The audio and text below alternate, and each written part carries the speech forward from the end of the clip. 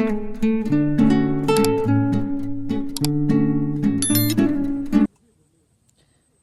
ายดีพี่น้องยินดีต้อนรับเข้าสู่สองบานุงคือเก่าพี่น้องมื้อนี้กะอยู่ให้อยู่หน้าพี่น้องเว้ยออกมาตัดเขาเมื่อคืนนี้กะฝนตกเบิ่งน้ำให้หน้าพี่น้องนี่เขายุงเบิดพี่น้องเว้ยมื้อนี้ก็สืบต่อเขาพี่น้องเบิ่งน้ำให้หน้า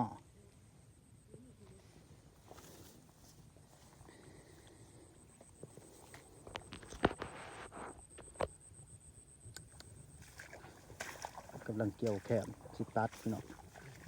น้ำให้หน้าฝนตกเมื่อคืนนี่พี่น้องแห้งเขายุงเบิดล่ะบ่ฮู้ว่าสิตัดได้หรือบ่นี่ยัง7-8ให้บ่ทันแล้วป้าให้นี่เบิด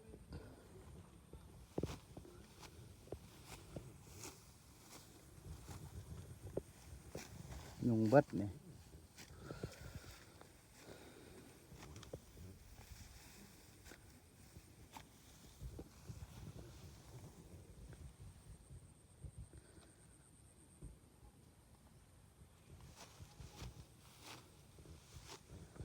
สิลองตัดเบิ่งพี่น้องมันสิได้หรือบ่นี่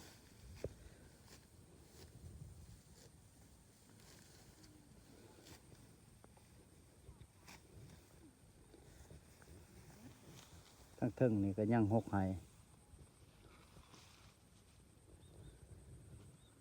ยังข้าวเจ้าอีก4ให้ข้าวเจ้ายังหาย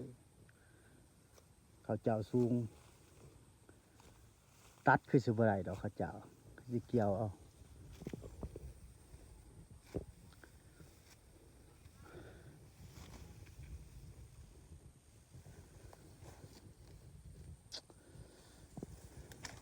สิลงมือพี่น้องเขาก็เข้าถึกน้ำพ่นกกมันอ่อน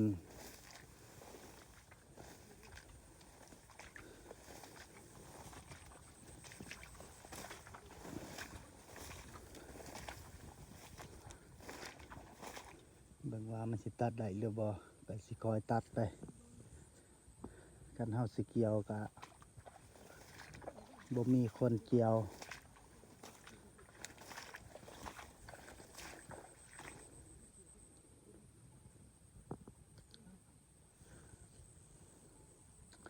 ตอนตัดสิบ่ได้ถ่ายให้พี่น้องเบิ่งเพราะว่า